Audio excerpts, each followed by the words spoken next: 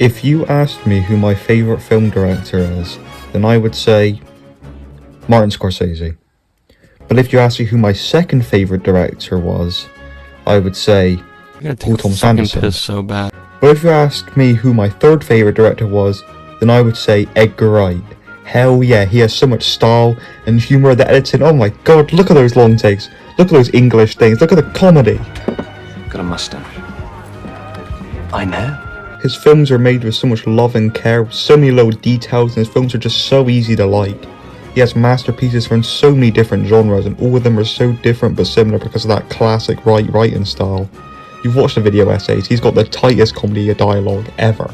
All of his films are pretty popular. All 6 of them have their own fan base and people who would put them at first, which makes ranking them a tough task. This video will most likely leave absolutely nobody happy. So that's why we need to start at number 7. What the fuck, you said there were only 6 films? Or why not try your hand at a game of Shoot the Peasant? The game for the expert. Or just the beginner.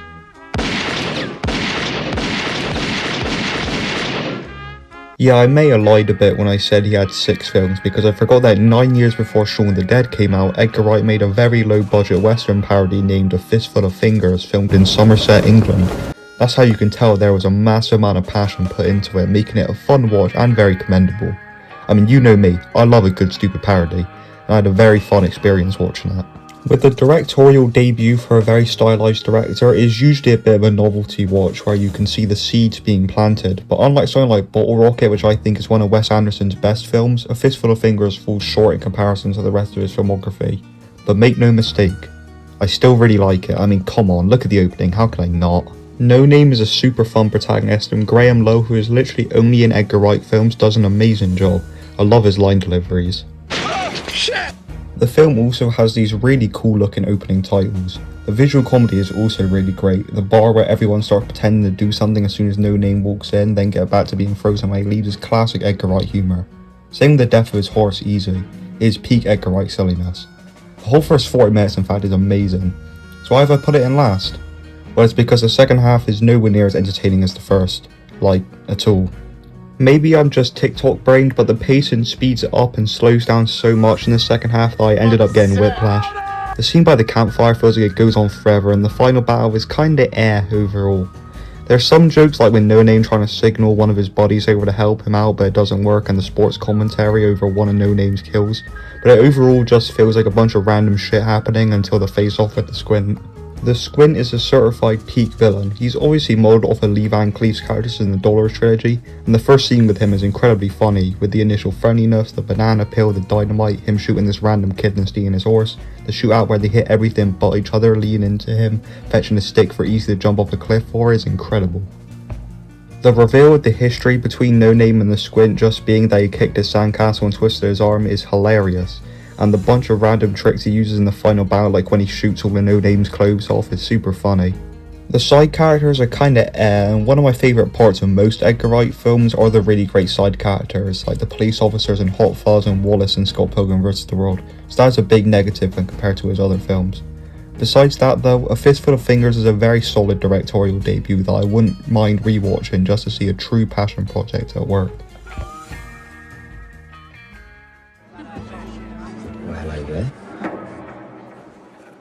Morbius?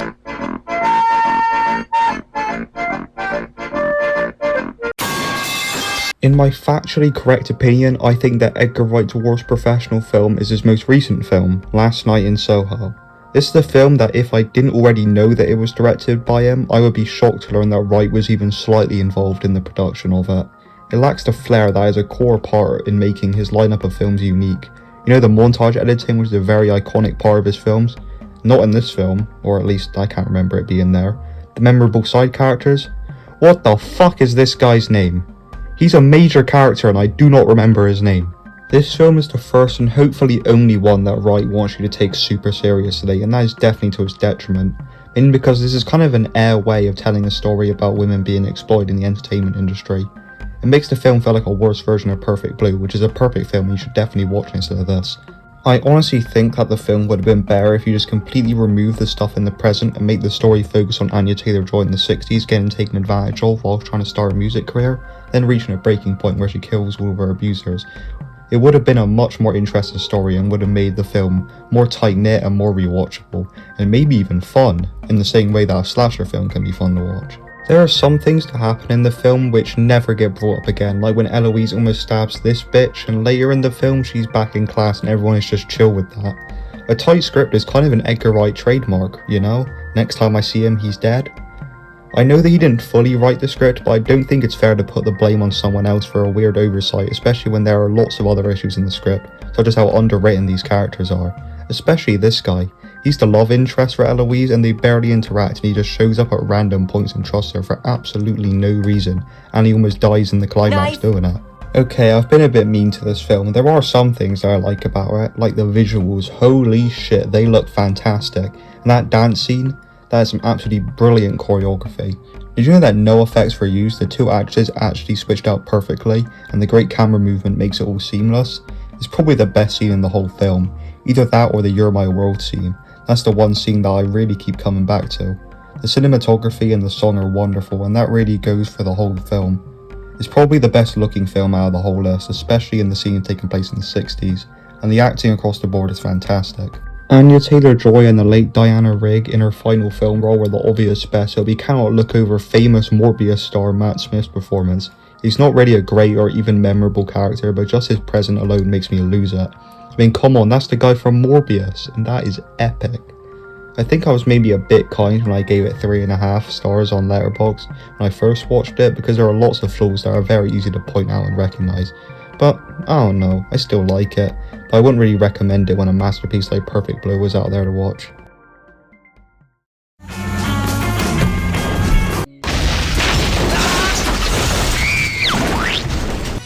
Okay, this may be a bit of a controversial opinion as it is his most popular film in terms of box office, and you just overall see a lot more talk about online compared to his other films, and that is Baby Driver.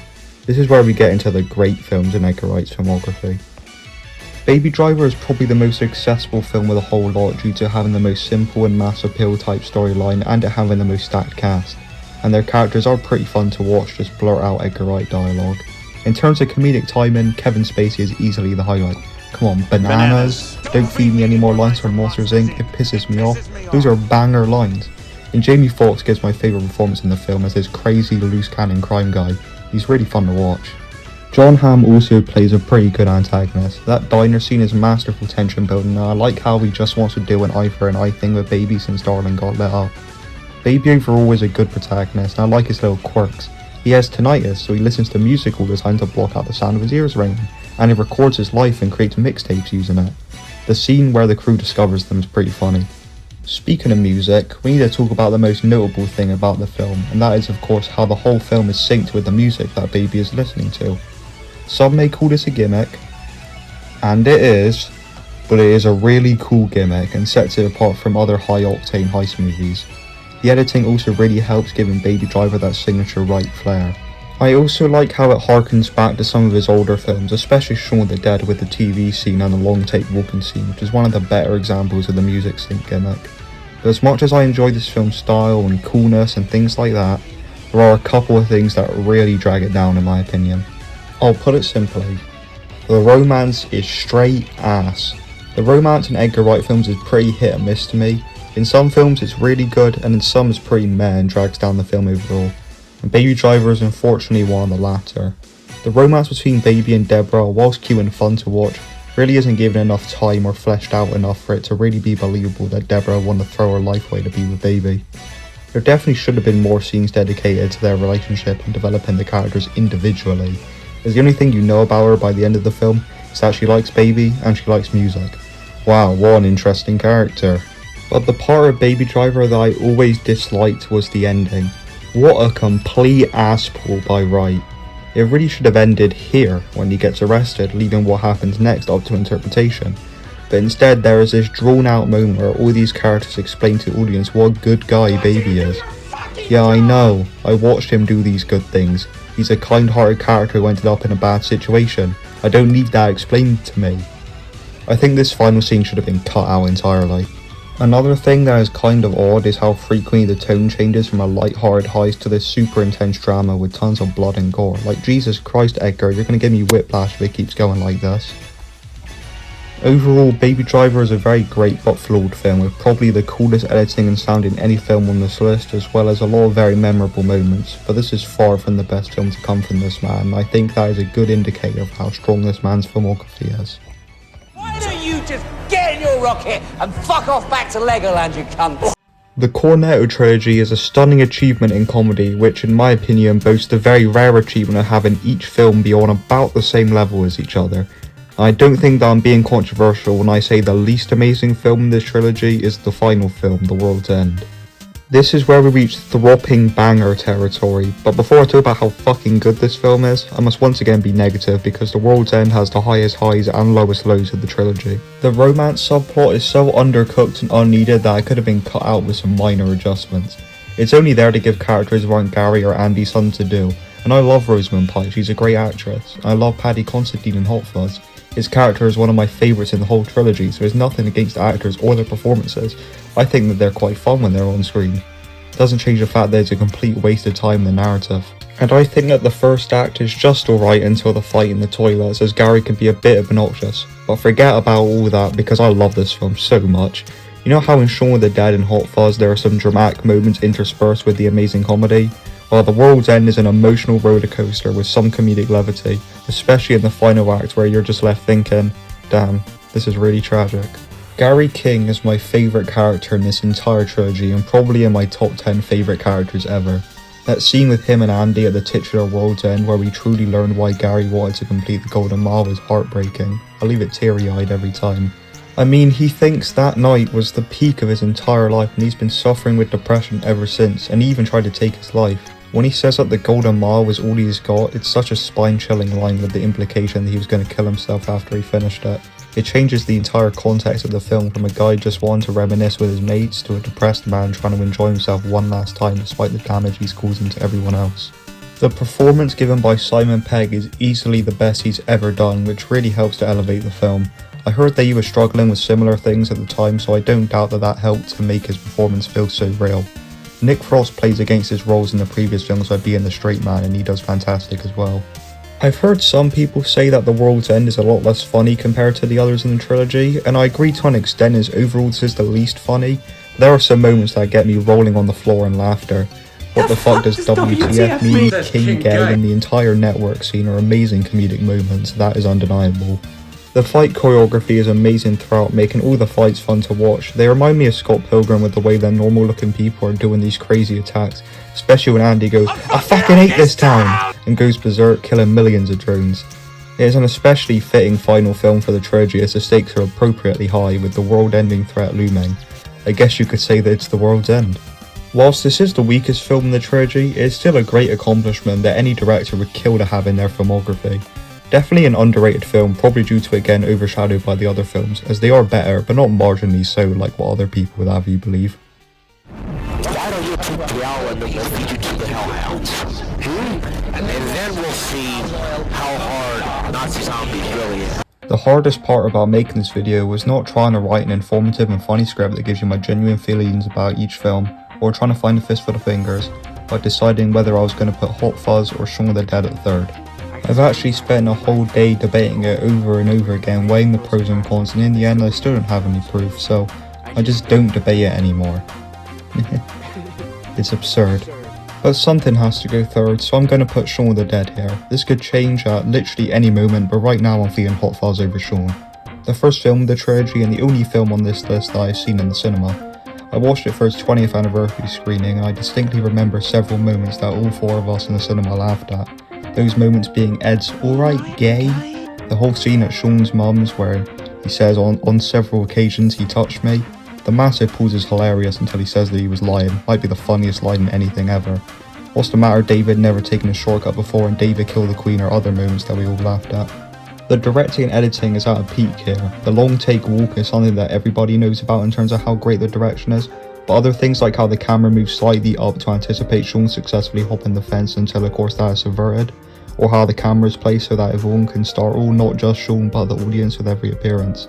The montage editing is iconic and is so satisfying to watch every time. Come on, look at those crash scenes. Bravo, Chris Dickens. Going over the plan is such a legendary sequence that Overwatch had to pay homage to it in the Junkertown short. Yeah, boy! Now I need to talk about my favourite part of the film, and that is the callbacks. How can you not love the tightest comedy dialogue ever? Ed saying next time I see him he's dead, and then guess what, the next time he sees Pete he's a zombie? Or you've got red on you, or when Barbara picks up the flowers that Sean threw in the bin earlier in the film. The entire shooting sequence, come on!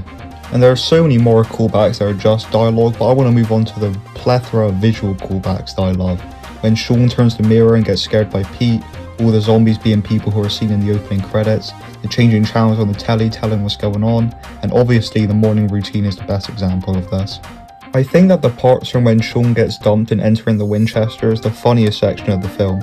Those antics such as fighting the big guy where Ed and David are not doing anything because Ed can't be bothered and David wants Sean to die. Speaking of Sean, he's just a really easy character to like and root for as he is such a grounded and, dare I say, relatable character, trying to sort his life out and failing miserably most of the time. It's hard not to get invested, which really helps to make those big dramatic emotional moments hit hard. The rest of the cast besides David, fuck that guy, are likeable as well, and that is due to the top-notch casting. Also, the Simon Pegg and Nick Frost combo is brilliant. My boyfriend. He's not my boyfriend. Might be a bit warm, the cooler's off. Thanks, babe. I've heard some people say that the film drops off once you take refuge in the Winchester. I'm kinda mixed on that opinion. On one end there are some amazing moments, the Don't Stop Me Now fight, Barbara's death, the use of the gun and the scene in the cellar are some amazing scenes, but it does start taking itself maybe a bit too seriously compared to the rest of the film and the antics just aren't as funny. One thing that I've always really liked but no one ever talks about is the score. It has a strange ominous aura to it which really helps with the atmosphere in the earlier scenes, and to be honest, I forgot how morbid the ending is, but I can discard that because it is great to see David get brutally mauled by zombies. Said you were good. Also, because talking to them is an uphill struggle, innit, Dad? Like I said when talking about Sean, it was really difficult to decide whether to crown Hot Fuzz the greatest Cornetto film or not, but the more I think about it, the more I love it. Using my 2 seconds of research, I have deduced that Hot Fuzz is the fan favourite Wright film, and it is not hard to see why. It's the funniest film in the trilogy, with a lot of those things that make Shaun the Dead so funny. The callbacks, you want to be a big cop in a small town, fuck off down to the model village. I see you've already arrested the whole village. What are you going to do, just walk in and arrest the whole village? Not exactly. The recurring jokes, come look at his horse and its follow-up. I don't know, Pub, and of course the Swan, the most powerful character in the whole trilogy. And let's not forget the foreshadowing, my personal favourite using the best line maybe ever. In the city. Everybody and their mums is packing round there. Like who? Farmers. Who else? Farmers' mums. I need to talk about the cast of characters right now or I'm going to explode, because this ended up being the deciding factor as to why I rank this over Shaun of the Dead. This set of characters are easily the best in the whole trilogy. Simon Pegg and Nick Frost's chemistry is at a peak here with the good old noob versus pro dynamic, which is really fun to watch, especially as Danny gradually gets more competent and repeats a lot of Nicholas's rhetoric to the other officers. Speaking of which, the other police officers are an absolute riot. The 2 Andys are maybe the funniest characters in the whole trilogy. I mean, come on, look at this scene. This is peak visual comedy. The entire force provides great laughs throughout the film and do act as naive foils to Angle before finally coming around and shooting up the whole village. The townsfolk are also absolute delights to watch, with Timothy Dalton as Simon Skinner giving one of the funniest performances in the trilogy. He has such menacing line deliveries with such a friendly tone of voice and facial expressions. He does a great job at directing the audience's attention towards him as the killer, when of course the twist is that the entire council is responsible for the Grim Reaper killing select individuals. The scene where Nicholas finds the meeting is amazing purely because it is played completely straight, despite the absurdity of it all. It's also funny how their plan is a lot more simple than what Nicholas thought, with them just wanting to win the Best Village award. And for a second it feels like a big betrayal when Danny pretends to stab Nicholas. At this point in the film, the genre completely changes from a mystery thriller to an all-out, balls-to-the-wall action film, and it is done so seamlessly in this scene. Then as soon as he comes back, it turns into a complete hype compilation. Like, boom, got that one. Boom, another one. Boom, another one. And then when he spins out with Danny...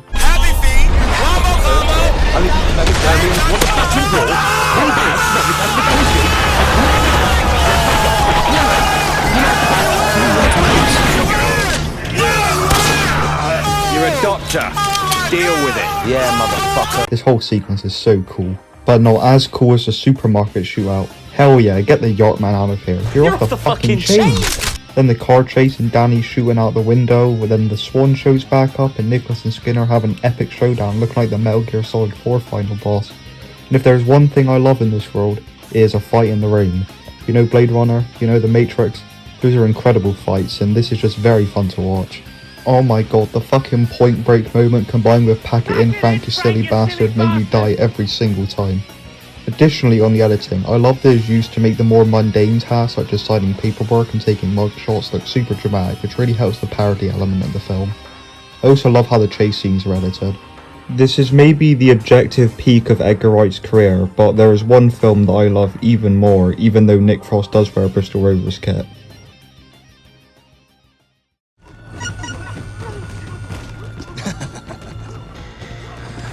That's actually hilarious. Scott Pilgrim vs. the World is the crown jewel of Edgar Wright's career and one of my favourite films ever made. I'd even go so far as to call this my second favourite film ever made. So you know how Edgar Wright was able to seamlessly switch genre from detective thriller to drama action film? Well, he one-upped himself by instead of switching genre, just adding another one on top, and it is once again completely seamless and makes the film even better than it already was. There isn't any sort of action elements for the first 40 minutes or so, with it just being a really amazing romantic comedy. Then Matthew Patel breaks through the ceiling and actually merges with rom-com to create the most fun film to watch ever made. Of course, the most notable thing about Scott Pilgrim at first glance is the visual style, and how cool it is. It's been meticulously crafted to ensure that it is as accurate to the original source material as possible and really makes it stand out not just from his own work, but every other film ever made. Not another film to my knowledge goes full send to commit to its source material quite like this film. Like how Edgar Wright had a no blinking rule because people don't blink in comics, you whippersnapper. Now let's talk about this cast because it may be the best ensemble of up-and-comers ever assembled and everyone here is amazing. Michael Cera and Mary Elizabeth Winstead were born for these roles and have great chemistry with each other. Kieran Culkin gives an impressively funny performance as Wallace. He might be my favourite character in the film to be honest. Scott's band are all amazing to watch as well. Kim's my favourite, but make no mistake, young Neil being brandished a title with Neil by Scott at the end of the film is certified Kino. Scott the Woz himself is a super interesting character and he's one of those protagonists that is a big asshole but is still super fun to watch. To be honest, I think that the internet invented people who idolise Scott because I've never seen a single one out in the wild. He's a broken guy, but still an asshole, a lovable asshole, and he overcomes his shortcomings by the end of the film. I especially love how Negus Scott, who looks like he's the evil version of him, is actually a really chill guy and him and Scott just talk it out with each other. That's funny. Okay, before I talk about the evil exes, I need to talk about how good the music and costume design is because hell yeah, this is an amazing soundtrack. Brie Larson's cover of Black Sheep goes it supremely hard and Envy Adams is a hilarious character. Man, this costume design is amazing. In a wacky film with tons of characters, you really need to be able to make every character distinct and memorable just by looking at their design. That combined with how every character sounds different makes them all stick out in my mind. Okay, I can finally talk about every member of the League of Evil Exes. Matthew Patel was introduced so well. Sex with Bomber just performing and all of a sudden he flies through the ceiling, challenges Scott to a fight which he forgot about because he didn't read the email we sent, sings a Bollywood musical number, fucking kills people and Scott makes him burst into coins because he can't rhyme. Perfect character. I'll put him second amongst the league. Lucas Lee, played by Chris Evans, is the next battle and it has a very cool set piece. He does the So Long Gay Bowser, Wallace comes to help him out, he fights his stunt team and he dies doing a skateboarding trick. That's actually hilarious. I'll put him fifth on the table. Todd Ingram might be the funniest concept for a character ever, him or Dr. Strangelove. He went to Vegan Academy and got vegan powers which he got by being vegan. He is also very good at electric guitar as he beats Scott in a bass battle. But he made a fatal mistake breaking vegan code, so the fucking vegan police show up and take away his vegan power, so Scott says this. You once were a vegan, but now you will be gone. Vegan. I'll put him as the best of the exes. The next fight against Roxy Richter is super well choreographed. I love how it's mostly Ramona fighting her. She reminds me of Go-Go from Kill Bill and Ramona's weapon is like Kirby's big hammer. I like that. Oh, yeah. Wallace saying kick her in the balls and then Ramone puppeteering Scott so that they can win by touching the back of her leg. Very funny, I'll put her fourth. The fight against the Katayanagi twins is very brief but I think it's fun and the special effects have aged pretty well. But they have basically no characters, so they go 6th and 7th. Now after this battle, Scott is left all alone. No bitches, no friends, and with all his rage he goes to the Chaos Theatre to take out Gideon Greaves with the power of love, and he fucking dies. But before that he got an extra life in a previous scene, so he comes back stronger than ever. So he kills this guy, Your hair looks stupid. and kills the rest of these guys until he engages in a sword fight, and this is so cool, and I love Jason Schwartzman. His line deliveries are hilarious, and he's honestly pretty menacing despite looking like that. So with the help of Knives and Ramona, he performs the wombo combo and wins.